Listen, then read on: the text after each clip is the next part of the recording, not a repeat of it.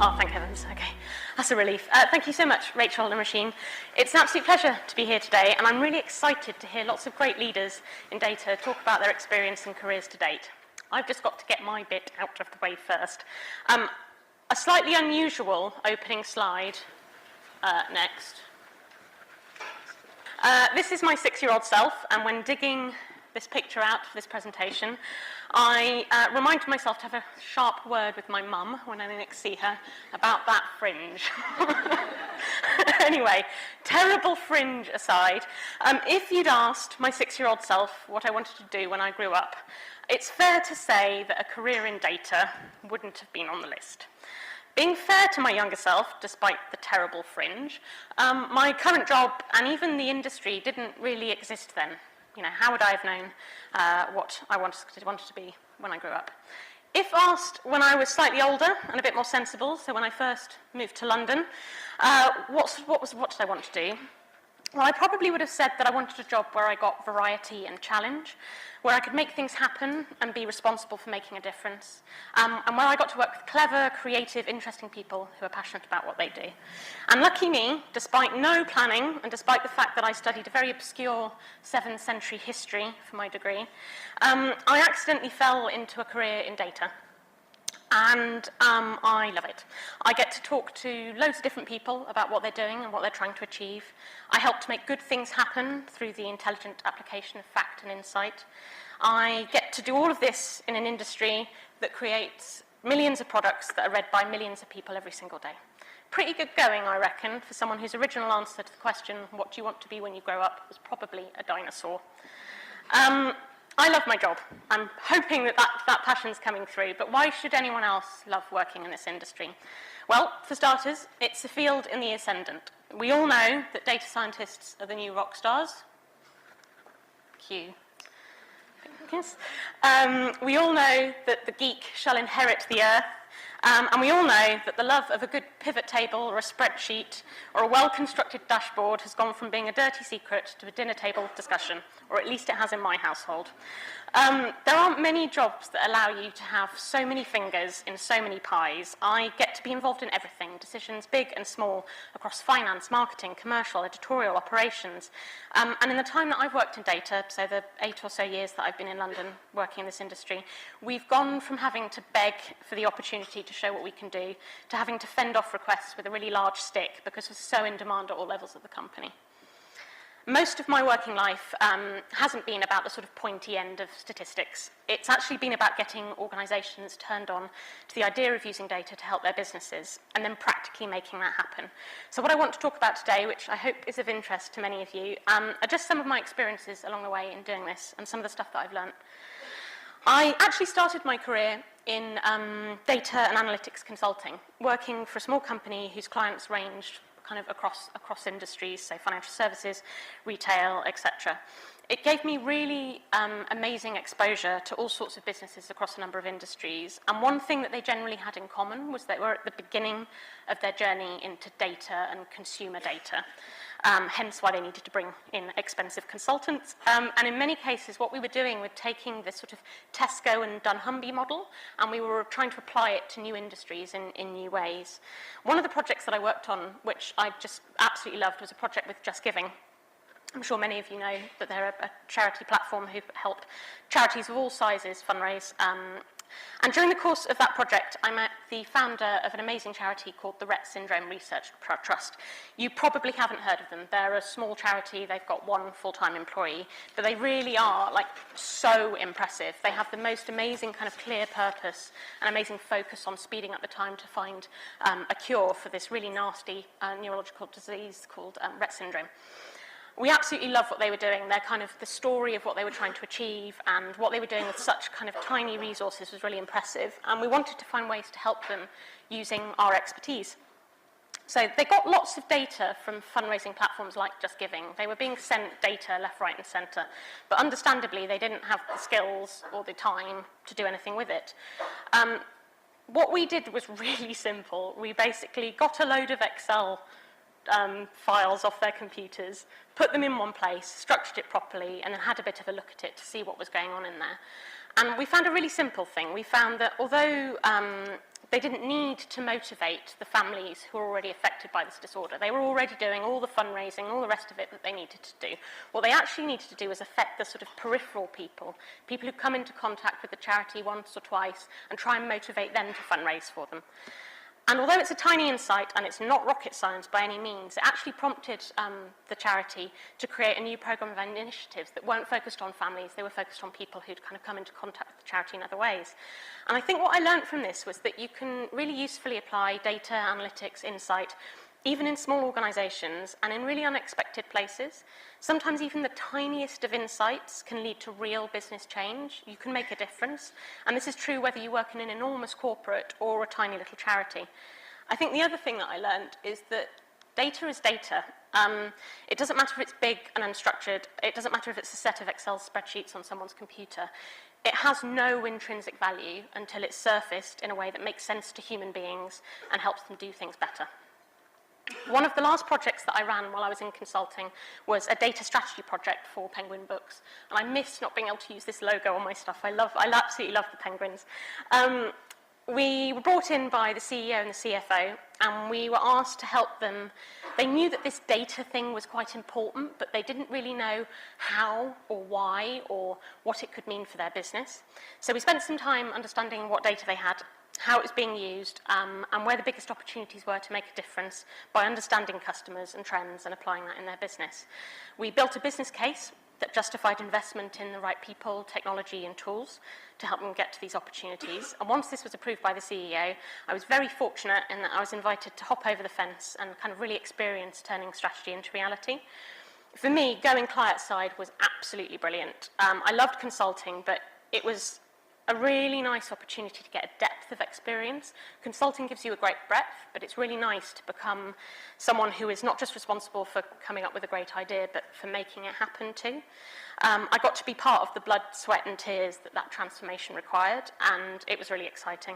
I was also really fortunate in that I reported directly into the financial director and the CEO, so it meant the decision-making chain was short, my boss owned the budget, and we had a real mandate for change, which is one of the best things in terms of getting something to happen. And I think the thing that I learned in my time at Penguin is that you need a great big carrot and a great big stick to make things happen, and you can't be afraid to use both liberally.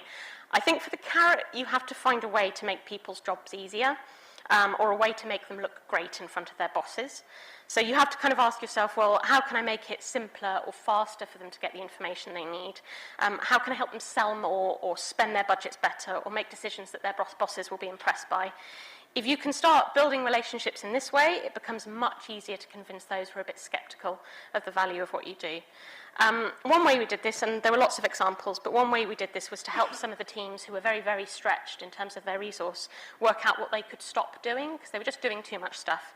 And that gave them more time to do the things that would make them famous. So again, a really simple example. We analysed data from all their social and digital platforms and profiles that were used by Penguin Random House. And there were like hundreds and hundreds of live social accounts and profiles. Like, it was genuinely shocking to uncover how many things were out there that came under our umbrella. And this was the consequence of the way that a lot of publishing works, in that there was a new profile created for every author, book, part of the business that rose. Sometimes you'd have a UK and a US profile. You'd have, each book in the series would have its own profile. Everybody just thought that if they set something up on Facebook and Twitter and Instagram, that it would solve the problem. So there was very little coordination. There was just a huge digital sort of audience, and they didn't really know what to do with them. And as you'd expect, most of the audience and the activity, 90, 95%, were concentrated on less than 5% of those profiles. And we found that a large number had been completely untouched by any sort of consumer in the last 12 months. So again, it wasn't rocket science, right? We were probably telling them something they already knew, but it was a way of surfacing that data and showing them the scale of the problem and the amount of effort that was going into things that didn't matter, that allowed them to make the decision to shut down and merge a lot of their social profiles and make digital audience management a lot more effective. So instead of starting from scratch each time they launched a book, we could actually look to talk to an existing audience of, say, crime lovers or people who love cooking, who we already had a relationship with. So again, simple insight, but really significant business impact. But making friends will only get you so far. Sometimes you have to use your stick. You have to stick to your guns, and there's absolutely no point in investing time, money, and effort in new systems and solutions and people with great skills if you just continue to enable the business to work on old systems and old solutions. So one of our biggest wins at Penguin, I don't know if you can see much on that, but was to automate a large volume of regular reports. So we used a tool called Tableau. Other tools do exist. And we put a lot of time and effort. We went through a really rigorous process of automating them. So, what is it that people got out of the reports? What did they need them for? How could we make them more visual, more interactive? How could we get more out of the data? They did everything the old reports did, and so much more. But there was still a group of people who absolutely refused to use them. It was so frustrating. In the end, and this was the fortunate bit where we had the CFO and the CEO backing us, we had to stand by our principles, and we just had to switch the old one off. To so much wailing and gnashing of teeth and cross emails and all the rest of it for about a week, at which point everyone got on with it. And we were able to save ourselves 2 people's worth of time. And I think you do just have to stick to your guns, and people will moan anytime there's change, but you just got to stick with it. So, my move to News UK, it was a really hard decision to make. I absolutely loved working at Penguin, and we achieved some really, really interesting things. But the opportunity at News was just too exciting to pass up. They were creating a new business intelligence capability. The director sat on the executive, and there was proper significant investment in world-class customer insight and analytics capabilities, the right tools, the right technology, the right people, all with the aim of making a genuine and significant impact on some of the UK's biggest publishing brands. To have the opportunity to apply business intelligence at that kind of scale and across such incredibly diverse titles and teams was a challenge that was just too exciting to pass up, if you get excited by those things, as I do. So 18 months ago, I joined the entirely mad and very amazing world of The Sun, The Times, and The Sunday Times. I think one of the greatest challenges when you apply data and analytics and insight to the world of traditional media and publishing, and this was true in Penguin as well as at News, is the sort of long-held and very revered role of editorial instinct and gut feel. Often these businesses have been doing really well without data for decades, or in the case of the Times and the Sunday Times, centuries. They're really wary of becoming followers. They don't want to just follow trends. They want to innovate. And in many ways, they're right. There are things that data can't tell you. There are times when you have to take a leap of faith. There are nuances to human behavior that can't be detected by an algorithm, or not yet anyway. And in addition to this concern, I think there's sometimes, again, a valid fear that if you bring analysis into your world, it means that every single decision, operational or creative, has to be driven by data. This, for me, is absolutely not the case. I think to blindly follow anything is a terrible idea, as these drivers following their sat-nav some thousands of miles away from where they were supposed to be found out. I think this is even more acute in the world of publishing, where we're not selling toilet rolls or chocolate bars. We're shaping how the UK and the world think about and understand the world around them. The editorial instinct is still absolutely key, and sometimes we have to take leaps of faith that don't come from data, but insight, analytics, data, information, all of those things can help businesses take calculated, quantified risks. We can help them predict what might happen. We can measure what does happen to much more accurate levels. And in some instances, and in fact in a lot more instances than I think they would have given us credit for, data provides the creative inspiration. It gives us the spark that they need for their next big idea. Data and creativity are by no means mutually exclusive. So we've been part of some amazing decisions and changes in News UK in the last 18 months. Sorry, slightly irritating build there. Ranging from little things, so one of the projects I'm working on at the moment is how many copies of the Sunday Times should we poly-wrap, so put in a plastic bag for the supermarket shelves. Sounds ridiculous, but it makes it much easier for the supermarkets to stack it, and it much easier for people to grab it. So weirdly, there's a really important decision there around how many you invest in wrapping so that more people buy the paper. Things I've learned working there, it's very strange, to enormous stuff such as whether the Sun should become free digitally, to really topical things like which constituencies we should put more copies of the paper in during the run-up to the election. On a daily basis, we help decide how many copies of the paper should be printed. We help decide what articles should be put on Apple News. We run some brilliant projects with editorial teams across all of our titles where we use data as the seed of an idea, and that then ends up changing what it is that people read in the paper the next day or the next month. The biggest challenge, though, isn't about how you structure or analyse your data. It isn't about what technology you use. It isn't even whether you use one analytical model over another. These are really important, but the real challenge I found is the huge cultural evolution that an organisation has to go through to become receptive to using data in this way. In my experience, well, there are lots of things you have to do, but I think there are 4 things that I've learnt in particular. I think the first thing is you need cheerleaders, and you need cheerleaders at all levels of the company, particularly at the highest level. So you need ideally your CEO and your CFO to believe in what you're doing so that they sign off the investment and they'll give you the support that you need. It's really hard to drive cultural change just from the bottom up. You need that support at the top level, but you also need cheerleaders all the way through. The other thing you need, I think, are people who are good at talking to computers and people who are good at talking to people. There are some people who can do both, and they are very rare, and we refer to them as unicorns. Maybe some of you are unicorns. That would be excellent if you are. But generally, most people tend to have a preference one way or another. And you need both kinds of people, because if you only have one and not the other, you either end up with amazing analytics that never goes anywhere, or you talk a great game, I'm very good at doing that, but you never actually deliver any meaningful goods. You need both things, and you need both kinds of people. I think the third thing I've learned is that you really can't get frustrated if you're not immediately allowed to kind of storm in and set the strategic agenda. Funnily enough, you've kind of got to prove that you're good at it, and you've got to prove that there's value in what you do, and sometimes that means you have to start with really piddly little things and work your way up. The only thing I would say on that is, although sometimes the little things feel frustrating and annoying and not meaty enough, quite often the value, like some of the biggest examples of value that I've delivered across my career has come from like weirdly small stuff. So just because it's small doesn't mean it's not important, and you do have to earn the right. And then the last thing I think that's really important is very, very thick skin. Coupled with large quantities of enthusiasm and persistence. I did actually Google enthusiastic rhino, and Google failed. This was the most enthusiastic rhino I could find.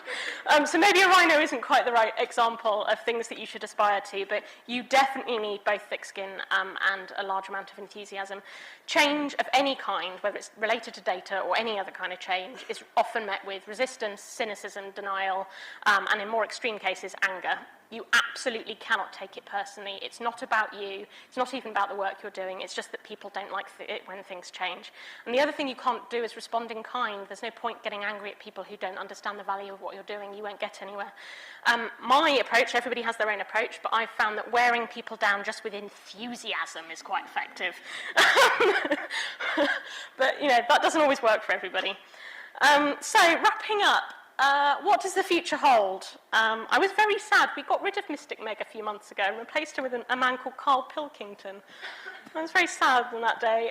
What does the future hold? I have one final confession, other than this kind of needed to bookend a terrible fringe and then a final confession. I have absolutely no idea what I'm going to be doing in 5 years' time. I have also no idea what I'll be doing in 3 years' time. I have a bit of an idea what I'll be doing this time next year. Just about. I think that's okay. Jobs are evolving all the time. The last 2 jobs that I've held didn't exist before I had them. Who knows what any of us will be doing in a few years' time? There is no defined career path that takes you from here to success. Data is exploding in all sorts of new industries. There are some really interesting jobs in really brilliant organisations that haven't traditionally been data-led. The challenge is they won't have it all figured out yet, which can mean you're working with rubbish systems, crap data, senior teams who don't understand what you're doing. But that's often where you can make a real difference and where you can make a mark. So I think what I would encourage any of you who are either looking for a new job or looking to start your career in this environment is think about industries where data is new, where you've got a greenfield opportunity to make your mark, because that's where it's often really fun. So as you can probably tell, sheer enthusiasm, I believe it's a really exciting time to be part of this landscape, and I think people with our sorts of skills are going to be shaping the future of organisations, businesses and consumers across the UK and globally for many years to come. And I really do believe that the world is ours for the taking if we want it. And that's it from me. Thank you.